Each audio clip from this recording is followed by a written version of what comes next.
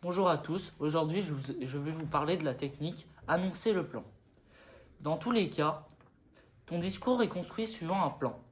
C'est le premier élément que tu devras avoir construit. Le plan est l'ossature que tu vas faire disparaître sous les arguments et les illustrations dont tu vas l'habiller. C'est cette structure, en principe invisible, que tu peux choisir de partager avec ton auditoire pour lancer le sujet. Annoncer le procédé n'est pas indispensable, à condition que la structure du développement soit solide. Tu peux cependant décider d'annoncer le plan. Il est possible de le faire de différentes façons. Grâce à des adverbes ordinaux, premièrement, deuxièmement, à l'aide d'adverbes, tout d'abord, nous verrons, puis nous étudierons enfin.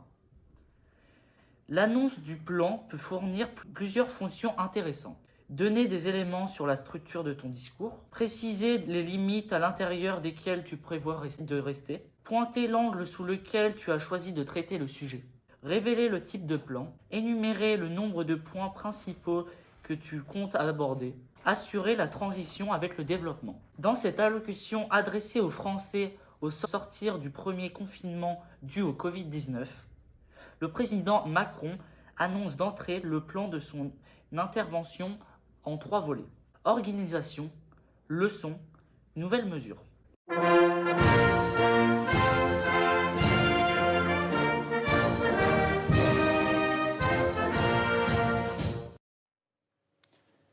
Françaises, Français, mes chers compatriotes, je veux ce soir vous parler des jours qui viennent, de notre organisation face à l'épidémie, tirer les premières leçons de cette crise et dessiner en quelques lignes notre nouveau chemin.